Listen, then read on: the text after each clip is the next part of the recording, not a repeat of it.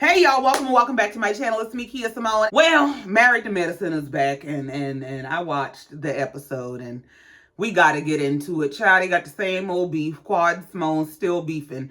Heavily done said that she going to look for a new job. She only a friend of the show this season because she running for Congress or some shit she running for. She just like, yeah, she see the writing on the wall. These motherfuckers gonna fire me after a while. Jackie's still down there just treading the HIPAA lines. Just let me see how close I can get before I cross this mother and tell all your business on TV. Then Toya done moved them damn churn to another house. Child, let's just get into it before we do.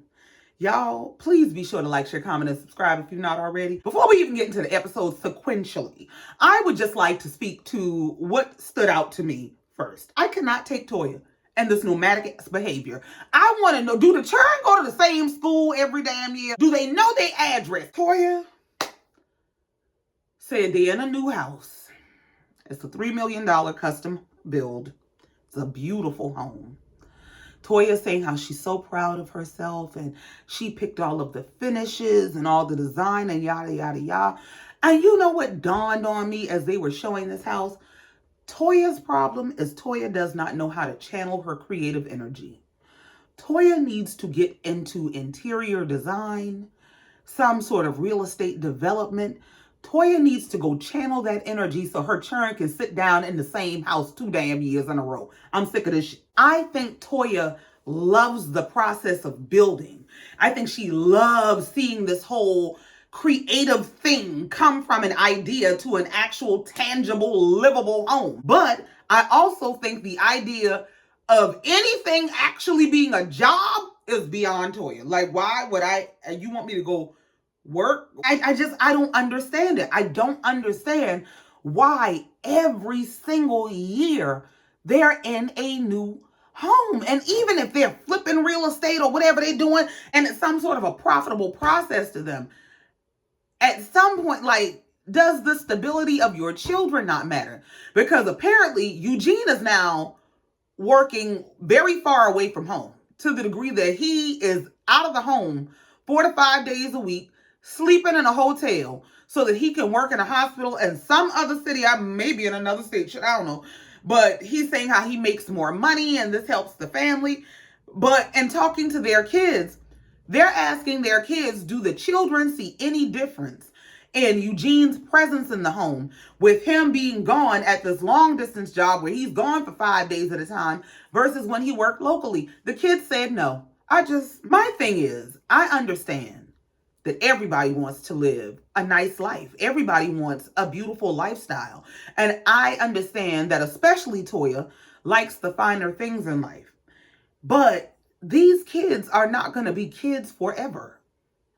What happens in 10 years? Because they're teenagers, it looks like. What happens when they're maybe young adults in 10 or 15 years? And all you really have in terms of memories is daddy was at work all the time. Mama was always building a new house. We did get to go to good schools and we wore nice clothes and we drove nice cars. We had nice things.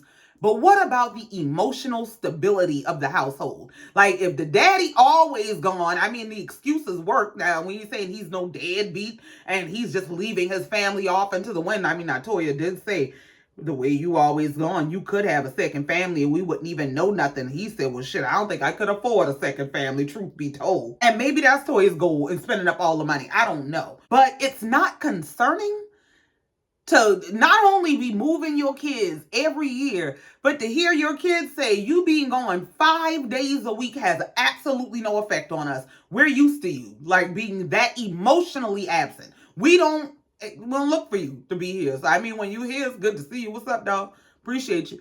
But I don't make no damn difference to me if you'll never come home. Shit, I don't know when you be here and when you don't. And I'm not saying that to come down on them or to make them bad parents, because I don't think they're bad parents. I just think their priorities are all financial. And I don't think they really think about the purpose of having a family. And the purpose of having a family is not just to drive you to have a reason to go make more money. Like, what do you pour into these people, into this family structure, other than money? Like, what is your family culture other than we work and we buy designer? I don't know. It just disturbed me. And the way that they sat there, and it did nothing to them. It meant nothing to them. It affected them in no way whatsoever. It was just like, oh, okay, as long as the kids ain't upset, yeah, I'll keep being gone 5, 6, 10 days a week. You ain't disturbed at all as the head of your family, that your children are not disturbed by your absence? And not to get deep, but this is, I think, a good working example, like we're watching it in progress, of how just because somebody comes from a 2-parent home does not mean that they had certain relationship structures demonstrated to them. Because I used to think that if a man was raised in a 2-parent home, he watched a man demonstrate manhood. And in this case, the demonstration of manhood may be just go to work and send the money home. I ain't got to be home. I don't really have to invest in my relationships and in the family that I build as long as I can pay for everything. If you look at it on paper, it looks like you come from this great family and this great background, but y'all really didn't have any emotional structure within that family. You really don't know how to be in relationship, how to love, how to have certain conversations, because certain people that were supposed to be present in your life weren't present in the way that they needed to be. And I know that that's not their goal. I know that they never are looking to abandon their children or not be there or neglect their children. But sometimes the road to hell is paved with good intentions. The intention is to give them this great life. But what if the price of giving them this great life is not giving them a great life? What if it's giving them things, but not being able to give them me? And I really think that that's something that Toya and Eugene need to seriously consider. That's a conversation that they need to be intentional about having before their kids get too grown and they look back and they ain't got nothing but a bunch of shoulda, coulda, wouldas. But let's get into the episode and actually break it down sequentially. I just needed to get that off my damn chest. So the episode opens up and we're at Quad's house, apparently the day after her birthday party. Now, I don't know if they hadn't been filming the day before. We saw a bunch of camera phone footage of her birthday party. It's the next day. She's at home with some girlfriends in the pool. King is inside the house making them drinks. She gets out the pool, acts out. Now, y'all know I'm the first to say Quad is a bad motherfucker. I just be wanting to know why y'all be having y'all whole ass out on these people TV shows. I don't understand. But she goes in the house. King is making a drink. She go to hugging and kissing on King. Why Quad reached down and grabbed this man package on the damn TV in front the damn cameras? But I thought I felt something. Quad, you don't have to do all that bullshit to let us know the man like you. We believe that the man actually likes you. We believe his works. We believe you is getting knocked down between the headboard and the wall. We believe. Maybe it's just me. I just cringe when people do things where it's almost like they're trying to prove that they're desired or they're desirable. Like, please, ma'am, all that bunch of I thought I felt something. I'm sure you did. You know it's there. But all in all, I'm happy for the girl. She seems very happy. She said they've been getting along excellently. Things have been going well between them. Well, Quad and King are poolside talking to Quad's girlfriends about her birthday party the night before. And we get introduced, first of all, to some new lady, Angel. But I don't think she's quite new. I don't know why I feel like I've seen her maybe on the Married to Medicine LA, or on, maybe it was this show before. I don't feel like she's brand new, but they say she's new. She's an RN. She's a beautiful girl, but she ain't the point right now. After they introduce us to Angel, they get to talking about the party, and King is throwing around, hints that everybody came except Simone and Cecil. So we cut over to Dr. Simone and Dr. Jackie. They're going on their lunch break at the hospital, and we gonna find out Simone's side of why she didn't come. Now, as Dr. Jackie and Dr. Simone are sitting down to have their lunch, before they get off into their messy bullshit, Dr. Simone receives a call about a patient, and she's advising what she wants done for the patient. Well, here's Dr. Jackie. She's asking all kind of questions, and Simone says she's 31 weeks, and she says to the person on the phone, I got another doctor here, another OBGYN here being nosy, and she needs to mind her business. Dr. Jackie said, well, it's her smart friend. That's your motherfucking problem. Jackie is the person who thinks she's the smartest person in the room all the time. You can be in places and spaces with people who have all the same credentials, all the same experience. You do not exceed them in any way, but for some reason you think you are superior. That is her motherfucking problem. That is actually the recipe for a doctor that does not listen to you. That person who thinks they know everything. They think they're smarter. That's why you don't listen to your patients when they in pain, because you think you know better than them, even though you don't have any experience to actually put behind what you think they feel. Don't get me started. Y'all know I ain't forgave Jackie yet behind that bullshit. So now once Dr. Simone has handled her professional business, they get down into their personal bullshit. Jackie starts asking Simone about what else has been going on, and of course she's referring to the group. Simone starts out by explaining that when they left the reunion, and we know how that reunion went, that was some bullshit. Simone said she was really disappointed in herself. However, the reason she went off the way she did is because playing the victim frustrates her, and Quad tends to play the victim. Now, Jackie is trying to have the conversation with Simone and trying to get to the bottom of what the actual issue is between Simone and Quad and how they can move forward. And Jackie is saying in the confessional that the issue seems to be that neither one of them will forgive and forget and move forward. Simone is doing her coded riddle talking bullshit that she be doing about, if you gonna come to my playground, you better play nice or don't come to my playground. Girl, what? Now over on the other side of town, Quad is explaining to the ladies in King that the problem seems to be that Simone is harboring some resentment toward Quad. She said, but I don't know why she mad at me when she was the motherfucker round to the internet talking about me. She took her ass down there to Sweet T's YouTube channel and was talking all kind of shit about me. So of course they played the clip. And they're at Sweet Tea and Greg's marital home, formerly known as Quad and Dr. G's marital home, and Dr. Simone and Sweet Tea are in the kitchen making some sort of a video. I guess they're supposed to be cooking, who knows. Anyway, Sweet Tea makes some joke about, yeah, I'm almost finished paying off Quad's house. This house will be paid off soon. And Simone says something about, well, if you over here paying off this house, who's gonna pay off Quad's house, the one she actually lives in? Quad said that had pissed her clean the fuck off. She said now she let that ride at the moment. But what had happened was her birthday rolled around. When her birthday came around, she starts getting texts and stuff from the ladies. So Simone sent a text, I think, in the group chat to tell her happy birthday and I hope you have an amazing day, all that birthday bullshit. Quad texts the lady back and says, Simone, it's so good to hear from you. A great birthday gift from you would be help with my mortgage.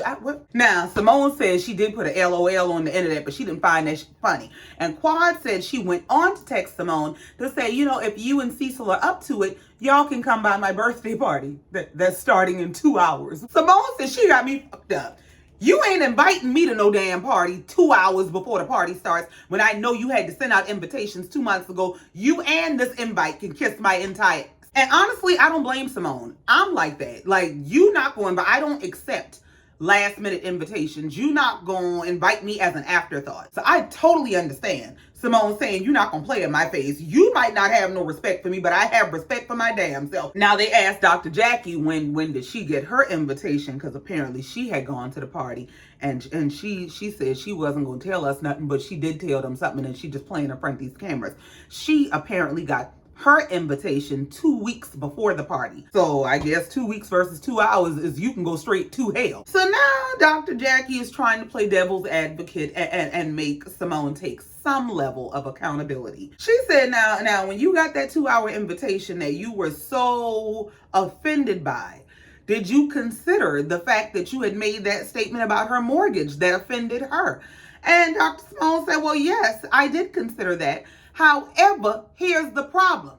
The problem is she can't be upset about me saying what I said about her mortgage and who's going to pay her mortgage when prior to that, she was doing an interview. I don't know if it was on Watch What Happens Live. I don't know where the hell she was. Somebody was talking to her and asking her questions. They asked her if she could nominate any one of her cast members for the show Traitors. Who would she nominate? And she said Simone, because Simone is the biggest traitor. So Simone said, you can't be talking shit about me and then throw a fit when I talk the same back about you. I get that. My thing is, to say that this person would work on a TV show because they're a traitor when, I mean, we got seasons of evidence of you turning on the lady and not being a good friend to the lady. That versus how she gonna pay her mortgage and she is sleeping with her contractors to pay for it as though she's not capable of attaining success is like, I mean, and truth be told, you don't like being called a traitor, but you're over there at her abusive ex-husband's house with her abusive ex-husband's new wife, who has made a target of her and is harassing her on and offline. And you're shocked that you're being called a traitor, you're living up to it. And then got mad enough to say at the damn reunion that the reason we befriended the girl, I ain't like this bitch. I befriended this bitch because I don't like you. I mean, it just fits. I just don't like the insinuation. Because see, Simone used to do this with Toya. Even though Toya was actually married to a doctor, it was because Toya wasn't a doctor. That everything was about her being broke and this, that, and the third, which, I mean, maybe they were having some financial problems. But Simone, I think Simone wishes that she could have been the woman who, I mean, she's smart and she would have still gotten all her degrees and had her career. But I don't think she ever wanted to be the woman who had to be the backbone of the family. And she is. Like, she complains about Cecil. That's why when Cecil's career initially came to an end, she was ready. I mean, it was like you would think she had been taking care of the man forever. She was ready to put him out within 90 days. Get you a job. I don't care if you go down to Waffle House and have to fight every motherfucking night. You gonna have to go get a job and get up out this motherfucker. I think Simone wanted to be in a Toya or a Quad kind of a lifestyle where this man all this shit is on you. Now, that doesn't mean you some deadbeat as a woman who doesn't have your own purpose and trajectory in life. You don't have your own plans and things that you're working on. But it's one thing to, even if Simone still had her family structure where it's her, Cecil, and those two kids, it's one thing for Cecil to be the person who is carrying the brunt of the financial duty, of the parenting duty, of the domestic duty in the household. But when I feel like I have to be mom and wife and breadwinner, all of that, I think, attributes, first of all, to why Simone is so angry. But it's also why she has it out for the likes of Toya and Quad. And it's why she goes for their finances, because the one thing that makes her feel better about her life and her family dynamic is, well, at least I make money. I have a great career. I have my own practice and all these great things going for me.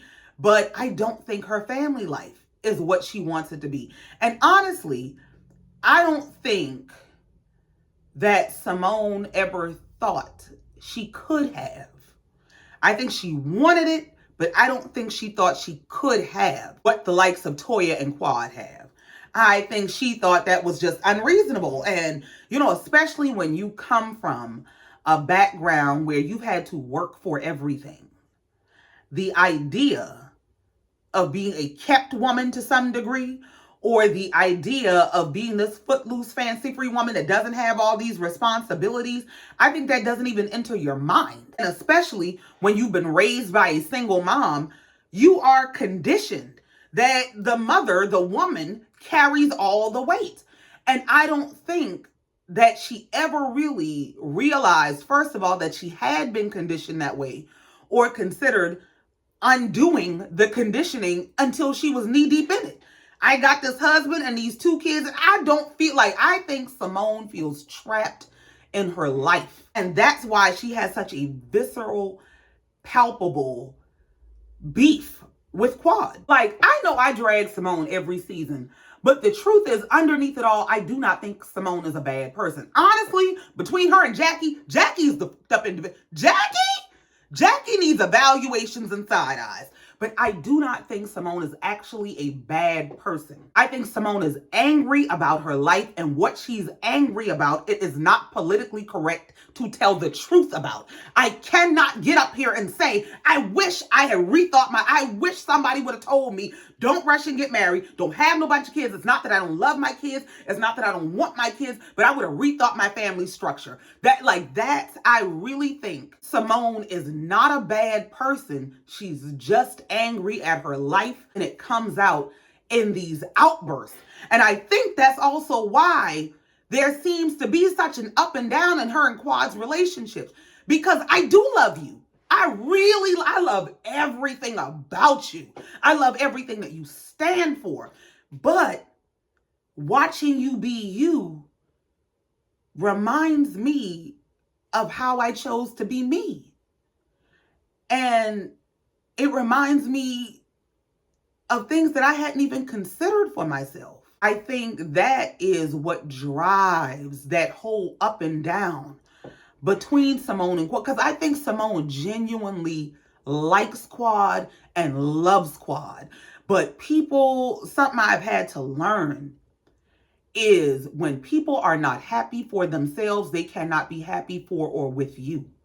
So it does not matter how good a friend you are. It doesn't matter even if Quad had never offended her in this relationship. I think something about Quad's existence would always trigger her. If Quad had a child and a no-good ex-husband who was barely showing up for her, they would be open arms. But because she is not, because she don't have that problem, and the same is true for Toya. Eugene might not be home after time, and we don't know what Eugene out there doing. I don't put nothing past nobody now. But Eugene does not seem to be the type that is giving Toya the issues of not paying the bills or stepping out with other women. And I believe that with Simone and Jackie, they're probably both the breadwinners in their relationship. And we know that with Jackie, Curtis is stepping out. I mean, two-stepping. All of that leads me to believe that Simone is truly just unhappy with her life. And she's triggered by anybody that lives a life that looks more free than hers. Now, having said all that, that scene ends and the season and the beef are getting started with Simone saying, Quad better stop playing with me, because she had a bag with some bread left over from her lunch. And she said, this bag represents the bag of all the shit I know about Quad. And if she keep fucking with me, I'm going to turn it over and I'm going to empty it all on the table. Well, So we move on from that whole beef and everything I had to say about that to Toya's house, where Eugene is coming home from work with his suitcase, where he done been gone for 5 days. They are introducing us to their brand new home. Now, it is a beautiful house. All of their homes are. Toya is sitting in the confessional talking about how, yes, we're in a new home again, but we love the home, and the people thought I was going to be renting forever. Who thought that? Why do you think, like, ma'am, is that Toya's excuse for moving all the time, that the people think you're going to be renting? We don't think you rent none of this shit. I think the only house that we knew of them to be renting was that very first house when they ran into some financial troubles, and I think they had to move out and maybe rent something else, and eventually they started buying homes and selling them and flipping them and moving every other year. Lord, my God, I am so happy for them and all of their success and their Black excellence. But baby, please sit down somewhere and stop moving all the time like you got to pick up your tent and go. I don't know. It makes me wonder, did Toya grow up like that? Like, because I have known of people whose children did not go to the same school 2 years in a row, ever. They moved every single year. And I don't think they realized the impact that instability had on their children, even just from a social level. How they were always having to make new friends and leave old friends behind. And I just see so many issues, and I have so many questions. And it makes me wonder, is Toya one of those kids? Like, is this normalized to her? And why do Eugene just go along with everything? Anyway, Eugene come home, they sit down, have a glass of wine, talk to each other, talk to the kids. Toya don't even know where he been all week. By which job you been at? The one that's 5 hours away or 2.5 hours? Well, God, he said the one 2.5 hours away. And I'm trying to figure out, why does he have to go so far away to work? Now, I have heard of traveling, whatever is in the medical field, that whatever your position is, it can be a traveling position where you go out to these other locations, and apparently you do make more money for doing that. But like, is that the only reason why you don't want to be home? Now, this is also the moment when they have that conversation with their sons about whether the sons notice a difference with him being gone all the time. And they said, no, Toya's in the confessional saying that she feels like a military wife. And he said, I mean, but you happy on paydays. Yeah, she might be, but I hope you know how military wives, not all of them, just a few, get down between them paydays. Because I done seen some stuff in my day. And y'all know they've been saying that Toya been having boyfriends. Now, I don't know how true that is. She might be a good, faithful wife. I don't know. But they say Toya be having her a boyfriend or two around there. And it sounds like she is setting up the foundation. But when you find out I got a boyfriend, you know why. And I mean, honestly, I've probably just been single too long. But I was going to say for me, now I get that it's not ideal for everybody, probably for most people. I wouldn't give a damn. You going 4-5 days a week and I ain't got to be bothered with you. I ain't got to worry about figuring out what to feed you, not letting you get on my nerves. And then I can look forward to seeing you a couple days out the week when you done come home after that check done hit. Oh my God. That ain't for everybody. Like I said, I've been single a very long time and Toya been married longer than I've been single. So I can understand it's very normal to have the expectation as a married person that the person you married be home with you, what I'm married for. But I ain't gonna lie to you. Sometimes, y'all don't know how good y'all got it. You got this motherfucker who will let you go swipe any card anywhere for any damn thing. Let you just build a house every damn year like y'all playing Legos and shit.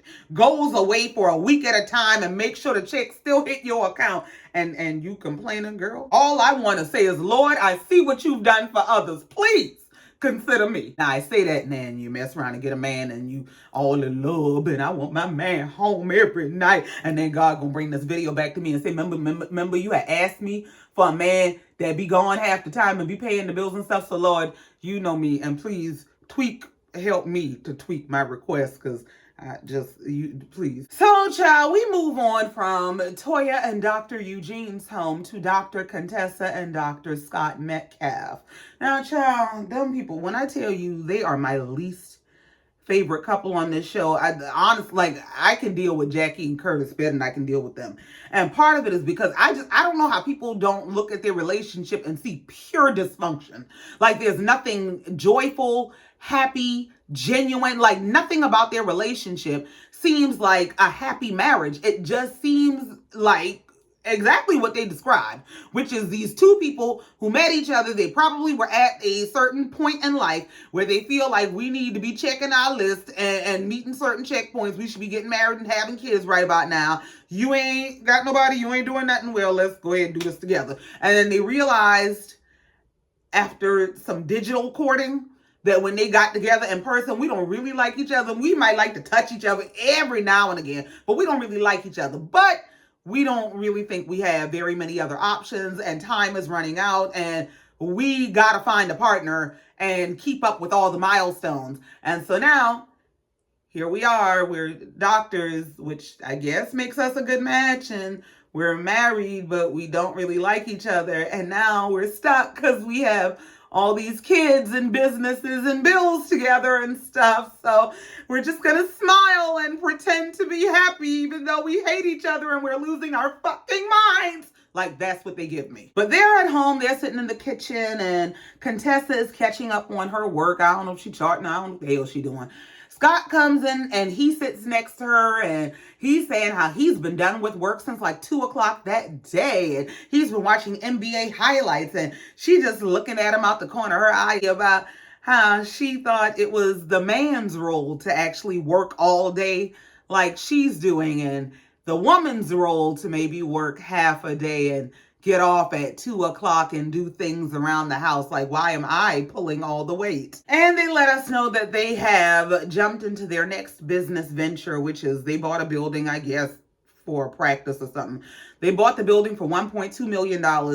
They are $400,000 and counting into renovations. Contessa said they bought the building cash, and in order to do that, they had to liquidate and leverage a whole lot. Apparently, they cashed out IRAs and 401ks and anything else with a number and a letter and some money in it. And so I hope this works out for them. Now, while they're sitting in the kitchen and Contessa's working and Scott is being a good housewife, they get a doorbell ring. He goes to the door, and it's an invitation to Dr. Mimi and her husband Steve Sanders' Polo Classic. So we go from seeing Contessa get her invitation to Quad's house where Quad got her invitation and Quad called Mimi about her invitation.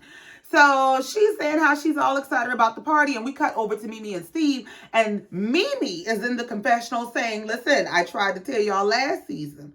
There is Dr. Mimi, and then there's just Mimi. And Quad is saying she met just Mimi. She said during their off season when they weren't filming, they have got to hang out a lot. They got to party and kick it, and she really, really likes Mimi. They have developed a great friendship. And I like people like Mimi who are not defined by their occupation.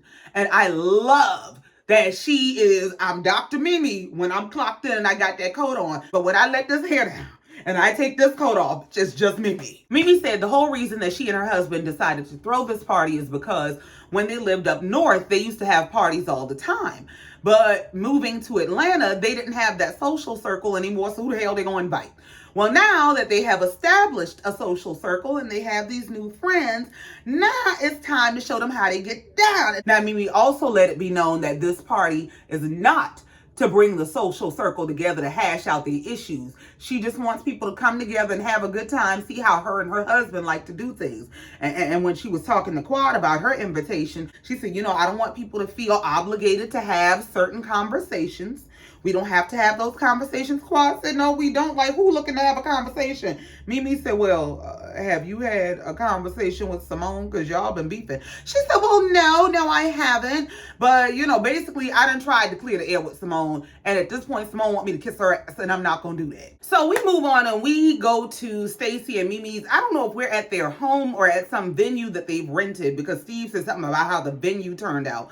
But we go to where they're setting up for this Sanders Polo Classic party. We see the whole party set up, and then we cut over to Dr. Simone's house, where she and Cecil are at home. Toya comes over to their house to get ready to go to this party. Well, Toya walks in, and she sees some construction going on in Dr. Simone and Cecil's backyard.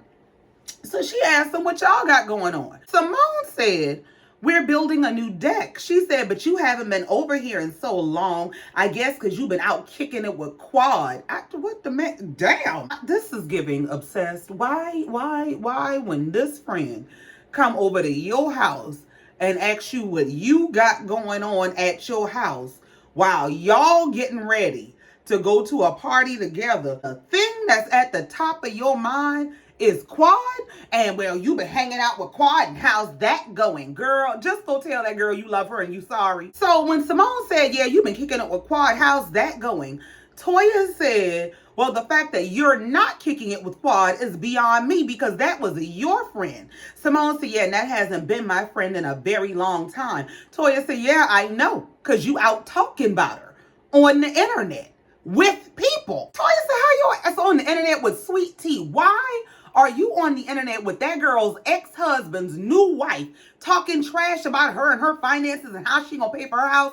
Simone said, I made a joke. Girl, please. You didn't make a joke, you made a jab, because she always goes for people's finances. And Toya, knowing that very well firsthand, Toya said, listen, if you got a problem with the lady, you come to me. Keep it inside the group. She said, I'll keep it with me, whatever you got to say about her. But why would you go to her ex-husband's new wife? Because I wanted her to see it and I wanted it to hurt her. I wanted her attention and I wanted to make an impact. So I did whatever I had to do with whoever I had to do it with. That's why. So Cecil came out the back and he came to hug Toya. Toya said, yeah, it's good to see you. I see. This the only way I'm going to see you. You don't get invited to no more. You see, around with your wife, y'all only get day of invitations. Y'all get invited to events 2 hours before they start. And in the confessional, Toya said, Simone, you already know that Quad is already mad about the fact that you have any relationship with Sweet Tea.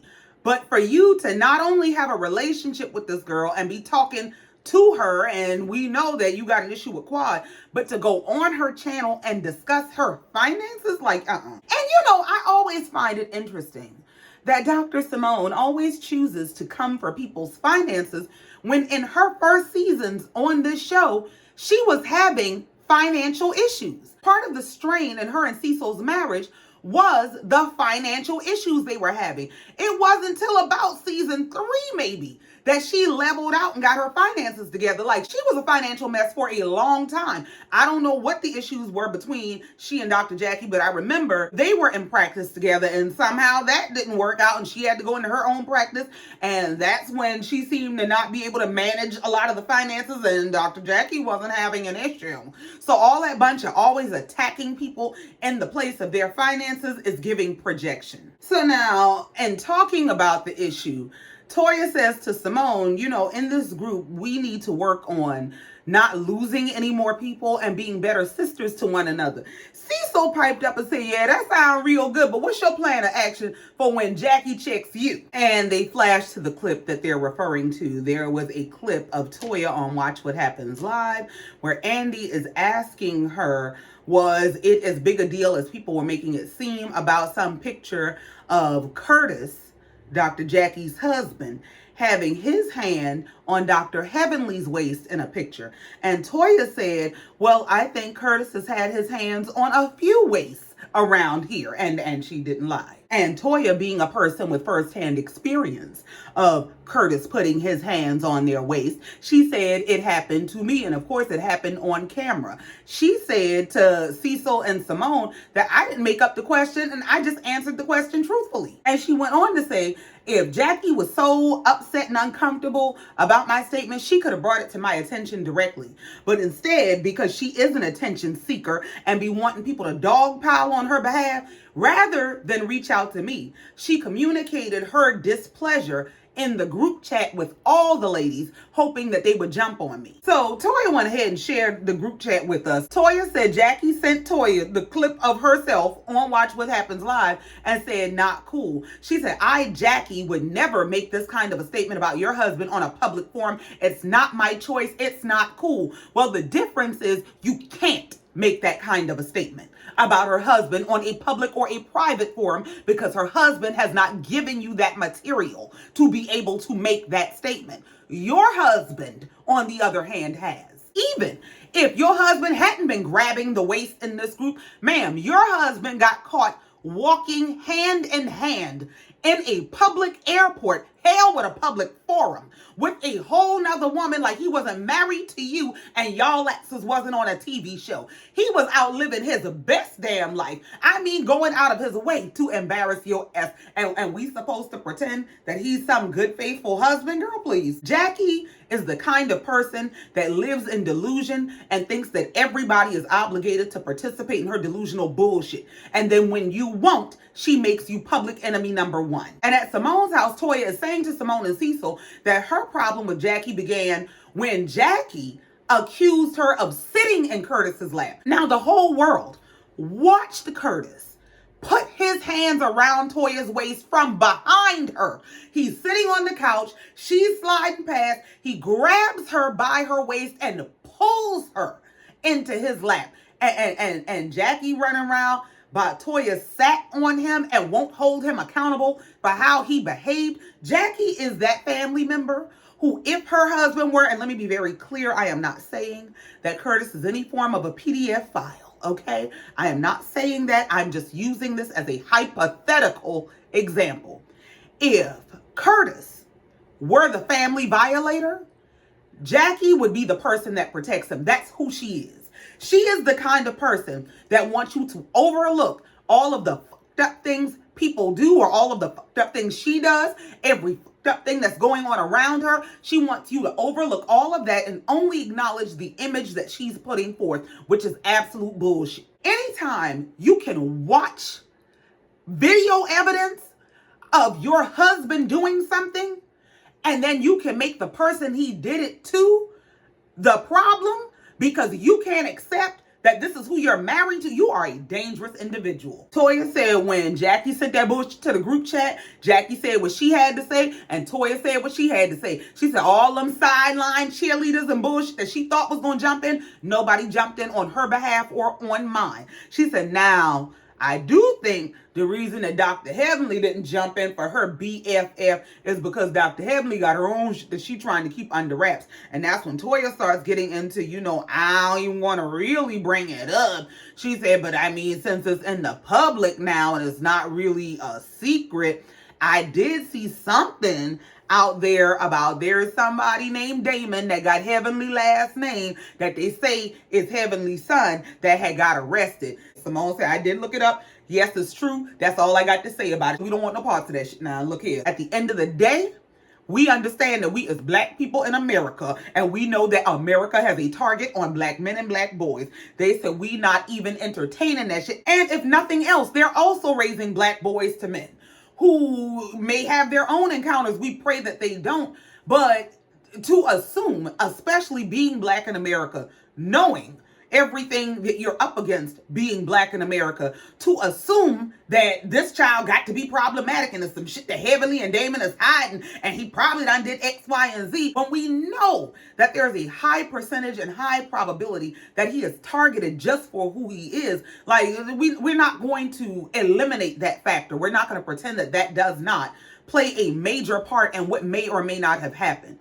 But in addition to the fact that we are black people in America, we are parents.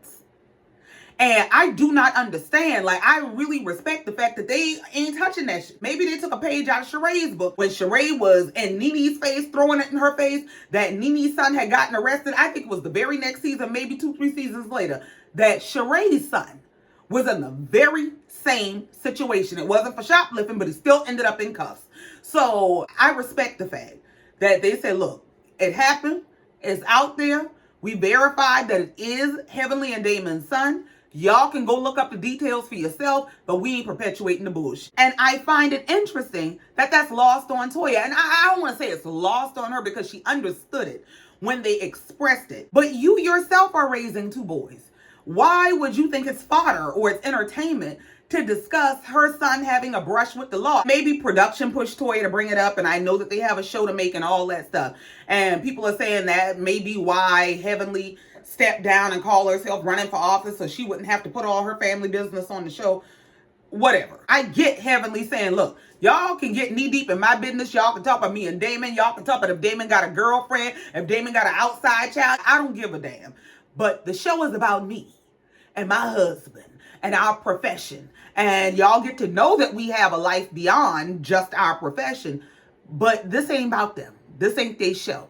And I don't want my kids and whatever they're going through, whether they be right or wrong, I don't want it all out there for public consumption. I understand that. Now, Toya said her primary concern is why Heavenly be down to that damn YouTube talking about everybody else's business, but it's mum's the word when it comes to her and her churn. She said that's because Heavenly reserves that YouTube for dragging the people she don't like and her frenemies who she claims to like, but she don't want to tell her own damn business. Now, Cecil trying to be the damn peacemaker and the voice of reason. He said, now, when you first got here, you was giving that real good speech about sisterhood and how y'all need to be better sisters to each other. And so now you need to apply that. Don't be going back and forth with Heavenly just because she's been a jerk. We know. We know she's been a jerk. But don't go back and forth with her. She going through some stuff. Just let her be. Toya said that's some bullshit. But I'm going to try. So we move on and we see everybody arriving at Steve and Mimi's event. First we see Dr. Jackie and Curtis arrive. Then we see Dr. Contessa and Dr. Scott. And let me tell you, Contessa, most of the time, pisses me off with her outfits. She always looked like she got on a damn costume. But this particular event, I loved her entire look. Because Contessa's a beautiful girl. She just be putting on some bullshit sometimes. For example, that wig she got on in the confessional, I plead, Contessa, you got too much goddamn money to be letting whoever plays in your head play in your head.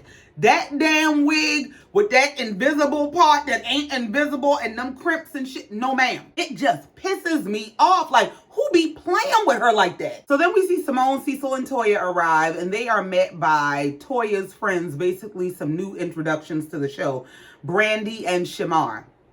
Now, the girl Brandy can't even get on the scene good before Jackie come up out her bag. Now, before I tell y'all how this heifer came up out her bag, let me just go ahead and tell y'all what they told us about Brandy. First of all, Brandy is that girl. Brandy is actually a nurse practitioner that owns her own aesthetics and wellness medical spa, so she can do all the stuff to keep you looking good. And she seems like a beautiful, fun girl. Now, they're all standing around, all meeting and greeting, and oh, it's nice to meet you, and oh, hello, and have you met so-and-so? And while they're all introducing themselves to each other, Toya goes ahead and breaks the ice with Jackie, and she asks Jackie where's her other half at. Jackie said, who? She said, Heavenly. Jackie said, oh, I thought you were talking about Curtis trying to start some shit. She said, no, I could see Curtis. Everybody could see Curtis because you know Curtis big and tall. You could see him over the damn crowd. Jackie said, oh, well, we got a text from Heavenly that she wouldn't be able to make it. And Toya said, well, why? She said, well, I mean, she didn't really elaborate, but you do know she running for vice president of the United States of America, so maybe she said, you know she running for vice president of the United States of America, so maybe she started her campaign early. Toya said, Jackie, is you starting your lies early? She said, well, you know, yeah, I'm joking, I'm lying. But in all seriousness, Heavenly is into politics now. She is running for office, so maybe that's why she couldn't be here. Toya in the confessional about, girl, bye, nobody even voting her into the PTA. And she says to Jackie, well, yeah, that sounds good, but that ain't the reason she ain't here. Why she ain't here? She trying to get the started about whatever's going on with Heavenly's son. Jackie said, well, I'll tell you what she did say. She did say it ain't none of y'all damn business, so I'm going to stick to that part. Yeah, it ain't your business. Toya said, well, I mean, is everything okay? Jackie said, well, if I just told you it ain't your damn business, I can't tell you if it's okay or if it's not. She said, well, I mean, all you got to say is yay or nay. Why not? Now, here's what does trip me out.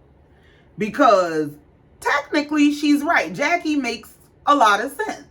And if my friend told me what was going on with her and told me she's sharing that with me, but that ain't nobody else's damn business, then I do need to gatekeep her damn business. But I have a hard time understanding why Jackie is so good at gatekeeping her friend's personal business, but struggles with gatekeeping people's private health information. Like, what is your problem? And before I get ahead of myself, and we'll get into why I'm saying all that, and I get that she ain't that lady's doctor, and you know how that doesn't violate HIPAA, and that's not anybody's private health information because it was just an observation she made based on her physical state. But why doesn't Jackie know when to shut the fuck up? That's the question. And in the confessional, Toya is saying she don't think Jackie is telling the truth, and she don't think Heavenly telling the damn truth either. She said Heavenly hasn't missed a group event in 12 years. So the only thing that would be keeping her from this is the trouble her son done got in. So now they're carrying on with the party, everybody dancing and having a good time. And we see Toya, Jackie, and Mimi off to the side. And Toya is asking Jackie if Curtis is mad at her. She said, because when I came up here today, he didn't speak to me. Jackie said, oh, okay. So Jackie goes into explaining to Mimi what the issue is, and she said, he didn't speak because Toya went on TV and made the statement that he has touched several of us. And in the confessional, Jackie is asking, well, would Eugene be upset if I made the same statement about him? Think about it. Well, I'm sure that he would be.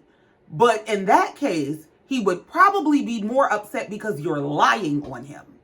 The difference is you're upset that your husband has given the group, has given the nation ammunition that other people's husbands have not. Even if Cecil and Eugene and whoever else have stepped outside of their marriages, none of them did it the way that Curtis did. None of them gave the public the kind of evidence that Curtis did. And then none of them continued to put their hands in places that they did not belong after they were exposed for having an entire affair. Your anger is misplaced and it's misdirected. You need to take that up with your husband for how he chooses to conduct himself and embarrass you. And she goes on to say in the confessional that she watched Toya and the segment on Watch What Happens Live. She said, and when she said it, I was just kind of in a state of, oh my God, did she really just say that? Now, here's my thing, and this is how you know that she's further full of bullshit, is, so you were upset at Toya's answer to the question, which is the truth. And I always say the truth will set you free, but it's going to piss you off first. And this is that. But you're more upset at Toya for answering the question truthfully, but not for the question being posed, because where's your smoke for Andy? Where is the anger for Andy even bringing it up and presenting the opportunity for someone to talk about your husband and his indiscretions? She said, yeah, I didn't like the comment at all. No, what you don't like is the behavior. You don't like your husband's behavior which gives people the ammunition to comment. People are commenting on your husband's behavior. You're saying, I think my husband should have the right to run amok and do anything he wants to do and make anyone uncomfortable that he wants to make uncomfortable, including me. And everyone has a duty to play along and pretend that he does no wrong, or you're going to be the problem and not him for running amok. So Toya goes on to ask Jackie at the party. She asked her, why were you so upset about my comment? Jackie said, because your comment painted Curtis in a light that is not representative of who he is. Toya said, today. Well, I'm with you when you're right. Jackie just looked at Toya and she said, today, but even back then, there was only one person that I knew of, and it was the several of us that got me. Girl, so if your husband just pick one ass to put his hands on, if he just pick one ass to grab all the time, I'll be all right. But why are you out here telling people that he grab any ass he can get his hands on? And Jackie goes on to say in the confessional that we all hear rumors about each other's husbands, but to give life to it and perpetuate it is the problem. The problem is you don't tell the truth, because facts and rumors are not the same. They have evidence. They have video footage of your husband hand in hand in an airport headed to some Caribbean vacation with some random ass woman. That was on TV. We saw that. We watched him on TV grab Toya. There wasn't some magnetic pull. The Lord didn't come down. The sweet chariot didn't swing low and knock her into his damn lap. The man reached up and grabbed her ass from the heavens and pulled it down into his lap. We watched that. That's not a rumor. That is a fact. And I don't know what kind of Trump shit she on, but you don't get to change the facts. You don't get to have alternative facts because the facts make you uncomfortable. And a person who would so openly attempt to manipulate facts that are so readily available to the public, I have to question your judgment, your integrity, whether you are an ethical individual. I wouldn't trust this motherfucker as a medical professional, because if you'll lie about some shit like this, you'll lie about what the fuck you done cut me open and did. I'm so sorry. I'm on Jackie's ass. I'm sick of her shit. And attempting to, I guess, explain the situation in the past dynamics, Jackie is telling Mimi about how they had that situation with the lady at the airport and all that bullshit before. And she's saying how that's the only thing she knew of. But that man pulled Toya into his lap on an episode of a TV show that y'all are on that was aired on national TV. And that all happened after the mystery woman. The man has no respect for you. We know that. Stop playing in our face. And I don't blame her for that. I'm not trying to attack her because she's married to a disrespectful, unfaithful piece of shit. I mean, that was your choice. And if you love him and you want to defend him being an unfaithful piece of shit, that's your business. But to make it everybody else's problem for calling a dog, we supposed to call your dog a cat. But she's explaining this whole situation to Mimi and how we were on the brink of divorce. And Toya saying, yeah, they were going through it. They were sleeping in separate beds. And in the confessional, Jackie said something about Toya needs to stick to speaking on what she knows and leave all the other commentary aside. I think Toya knows she felt your husband's hands on her waist. Like this lady here is a motherfucking problem. Toya says to Jackie at the party, she said, what I want from my friend is I want for you to say, I'm sorry for accusing you of sitting in my husband's lap. Jackie said, no, I can't do that. I can't say that.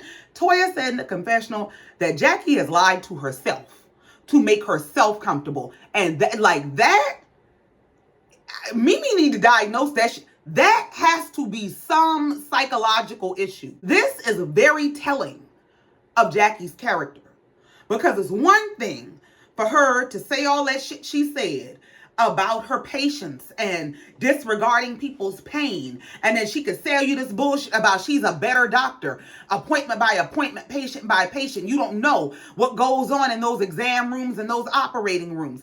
It is a totally different thing that we've watched her tell Buffy's personal medical business. And then when confronted about it and asked for an apology, she goes off the deep end. The nastiest version of her came up out of her bag. Now, when Toya has actually been violated by your husband, she just played that shit cool. Toya could have raised absolute hell. Eugene could have raised absolute hell about why would you put your hands on my wife like that? And you have video footage of it. You can see it. You can see that she did not sit in that man's lap. And you still will tell her and the general public that I don't care what that camera shows you. I don't care what y'all know. I'm telling you what I believe, and what I believe is my husband didn't grab her. That's beyond delusion. That is dishonesty on a dangerous level. Now, what Jackie does say to Toya is, if what happened happened and you felt awkward, I'm sorry that you felt awkward. If what happened happened. First of all, what is the what happened? And once we define the what happened as the incident that we have on video, that disqualifies the if. There is no if. This is not conditional. This is factual. This is what happened. You're just in denial. And now when I'm bringing it to my friend, because my friend is so powerless in her marriage, and because my friend is insecure about the state of her marriage and what may become of her marriage if she actually confronts the issues within her marriage, my friend now has to villainize everyone that her husband violates in order to protect the illusion of marriage that she has. It is some utter bullshit. And in the confessional, Jackie is arrogantly unapologetic. She said, of course, Toya wants an apology. Toya is always demanding apologies. She said, but my name is not Eugene or Eugenia, so she's not getting it. Well, we also know that your name is not integrity or accountability. That's why she's not getting it. So now after they have this conversation, we see Quad and King arriving. Now, why? Now, I don't know what in the Twilight Zone is going on. Because normally, Contessa's piss me off, and usually I like Quad's looks. Now, sometimes Quad will pull some shit out her closet to make you, now why you didn't leave that shit in them people's stuff. But today,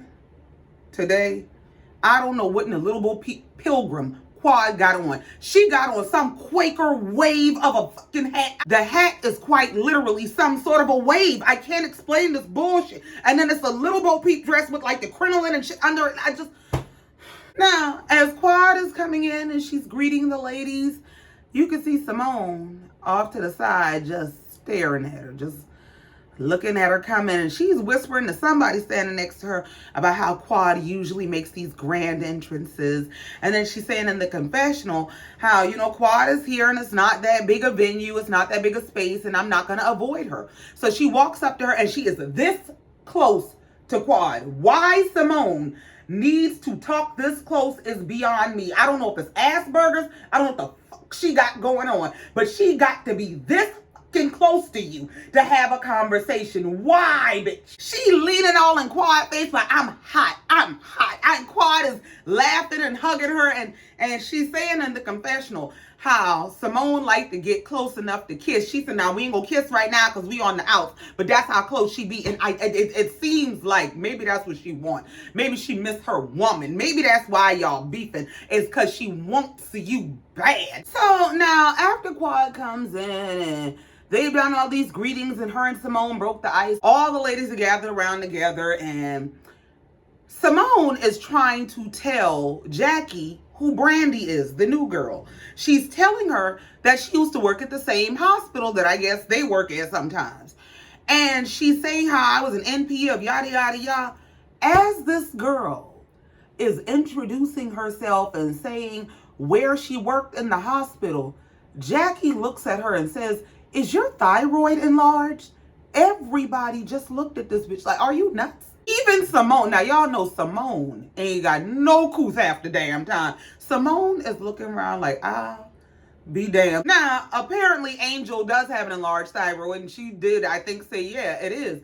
Jackie said, well, maybe she didn't know that.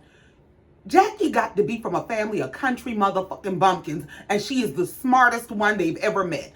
Because why do you think in a group of medical professionals, you're the only one making observations? Why did you feel the need to announce that you might have observed that she has an enlarged thyroid, as if she is not a healthcare provider her damn self, and as if she doesn't have access access to health care. And even if she didn't have access to health care, with her medical expertise and access to a motherfucking mirror, I'm pretty sure she knew exactly what you said. And even if you thought she didn't, why wouldn't you have the class and the couth to say, hey, can I talk to you over here, girl? I love your dress. Come over here real quick. I don't want them in my business because I wanted to ask you something real quick, and make them think it's about you. And they pull it to the side. Listen, I didn't want to put your business out there like that. And I don't know if you know, because it might have just happened today. It might have happened on your way here. Do you have any thyroid issues? Because your neck is enlarged. I just want to make sure you're okay. Even if you just could not help yourself, pull the lady aside. Jackie gives me medical narcissist. That she is that medical professional who gets off on embarrassing people. Like even the things she did with Buffy. You had no need to single Buffy out and whatever reproductive and fertility issues she might have had in order to make your point about reproduction and fertility. It wasn't necessary. It wasn't necessary for her to announce that, maybe she didn't know that her neck is enlarged. It's like she gets off on embarrassing people, and she does it under the guise of caring concern. And in the confessional, Brandy said that Toya did warn her that Jackie does tend to throw subtle shade, and she said, now I absolutely see it. And this is the Jackie we've known since the day she was introduced to this show. When they had, I think it was in season 1, there was some lady who was a pageant winner who was on this show, and she was a plus size woman. And Jackie went out of her way to talk to this woman and harass her about her weight. Would not acknowledge the lady's title and her accomplishments. She just harassed her about her weight and how weight is connected to this, that, and the third. And my thing is this, and I don't mean no harm. Listen, I've had my own miscarriages and things. But to say you put so much emphasis on weight, you being in perfect health has not changed certain things for you. So it's not even coming from a place of medical concern. It's just a place of judgment and feeling like I have a place of superiority because I'm a medical professional, and I'm going to hide it behind I am concerned from a medical standpoint, when that's not what it is at all. You just want to shame people. So now the episode is winding down to the end, and they are deciding to try to mend fences between Simone and Quad. So we see Toya pull Simone off to the side, and she is talking to Simone about her own history with Quad. And she said, now, me and Quad were beefing for years on end, and I don't want that to be you and Quad. So, I really think y'all should proactively work on this and try to work it out. So now off to the other side of the party, Mimi is having the same conversation with Quad and asking her if she's open to having a conversation with Simone. And she said, I'm open to it. Now, if it's going to go anywhere, I don't know, but I'm open to it. Now, Toya goes to walk Simone over to Quad and Mimi for them to have this conversation. And Toya is asking, where is Mimi? Or they're looking for Mimi. And Simone says something about, yeah, she over there with her clique, because she was over there talking to Quad and Angel. So Toya starts laughing about, ooh, Mimi, I heard you over here with your clique. What kind of 40, 50-year-old teenagers say shit like that? And why is it that anytime you see anybody associating with Quad, you got to say some childish bullshit? Why are you so bothered? So now that they all gathered together in the name of mess and bullshit, they decide to hash out the issue between Simone and Quad. And Simone said, well, I want to start by having a vote. I want to know by a show of hands, how many of you would have accepted an invitation 2 hours before a birthday party? You got to get hair and makeup and outfit and get over there and everything. And this person waits till 2 hours before the party starts to invite you. How many of y'all was going? Ain't nobody here raised their hand. And Quad started to say, I would never. And then I think she had to catch herself. And she said, well, what had happened was, the reason you didn't get invited when everybody else got invited was because I hadn't heard from you. And the last I heard of you, you was talking about me and worried about how I was going to pay my mortgage. So Simone spoke up to say it was a joke, and we both drag each other. Quad said, well, where's the drag? Who's dragging? Simone said, well, I'm a traitor, right? Quad said, oh. And you could tell in that moment, Quad realized that's what you mad about. Quad said, yeah, yeah, I said it. Simone said, well, if one can drag, we all can drag. Quad said, well, I'm ready for the drag right now. What's up? Mimi said, y'all could drag y'all outside my party with that bullshit. Y'all won't be dragging each other up in this party that I done paid my good money for. We ain't doing that today. Now, Cecil and King off to the side. King telling Cecil how he missed seeing him at the party this week. And they talking about these bitches, they petty bullshit and how they tired of hearing this shit. So now Jackie done took Simone off to the side since they were threatening to drag race each other in the middle of this party. And the rest of the ladies followed them right on over. Toya comes over saying, Simone, can we please just fix this? I want y'all to work this out because I feel like, Simone, you're still angry, and Quad, I feel like you're still hurt. Simone said, Quad, I am not angry at you. I don't know what this bitch is talking about. Toya said, ooh, she called me a bitch. Like, basically, see, the bitch talk about everybody. It ain't you. Don't take it personal. She said, I was angry in the moment. We both had an angry moment, and I had an angry outburst with you, but I'm not angry at you. And the episode starts to round to the end with Simone and her crackling voice telling Quad how she stayed in bed 2 days after that whole reunion meltdown happened. And honestly, I believe Simone. I really, really do. I believe Simone is just a highly temperamental person who lacks any emotional regulation whatsoever. And I think Simone just has a hard time with vulnerability. Like, I think it's easier for her to be angry and to scream and curse you out and go off than it is to be vulnerable and tell you that I'm sad and I'm hurt. I do believe her when she says I was in bed. And I think Quad believes her because you can see Quad look like she kind of felt that. And the episode ended with Simone saying, I don't want to fight. But I do feel like Quad needs the time and we need the space. And Quad agreed with that. And I think that is an absolutely realistic and very mature approach to the matter. And honestly, I do hope, I really do hope that they're able to overcome it and get past it. Do I think they'll be able to overcome it and get past it? Hey, I ain't got too many dollars to bet on that bullshit. But I hope. And I think I might be right because soon as I said, I wouldn't bet my money on it, but I think that there's hope. As soon as I said that, they showed a clip of Back to the Future where we see that Simone and Quad is going to be fighting later on in the season. Fingers going to be in faces and side eyes going to be flying. But that's it. That's all. And I ain't got no more. Thank y'all so much for coming down here listening to me and let me get this off my chest. Y'all, please be sure to like, share, comment, and subscribe if you've not already. And in the meantime, until next time, just like every time, you know I love you. And I mean it. Bye.